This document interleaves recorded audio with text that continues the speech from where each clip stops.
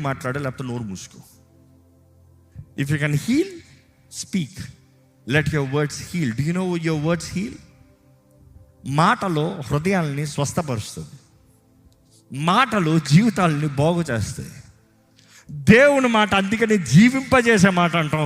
దేవుని బిడ్డలమైన మనము దేవుని మాటల్ని ప్రేమతో ఇతరులకు పంచితే బ్రతుకులు మార్చబడతాయి. విశ్వాసంతో నువ్వు అడుగు దిగులుగుతాయి.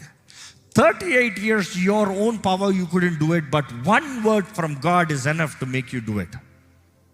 దాని ప్రకారమే మన జీవితం ఉంది. మన మనసుల్ని జాగ్రత్తగా కాపాడుకోవాల్సిన అవసరం ఎంతో ఉంది. You see, your mind will compel you behaviours that you force your life to return back to the level of your thinking.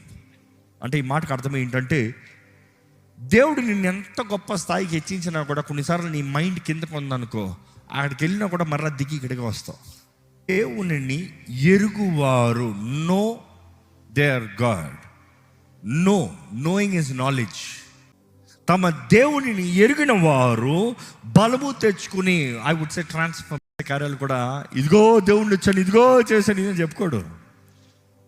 నా గొర్రెలు నా స్వరం వింటాయి. You have to recognise, you have to know who he is. You have to know who touched you. You have to know who healed you, who delivered you.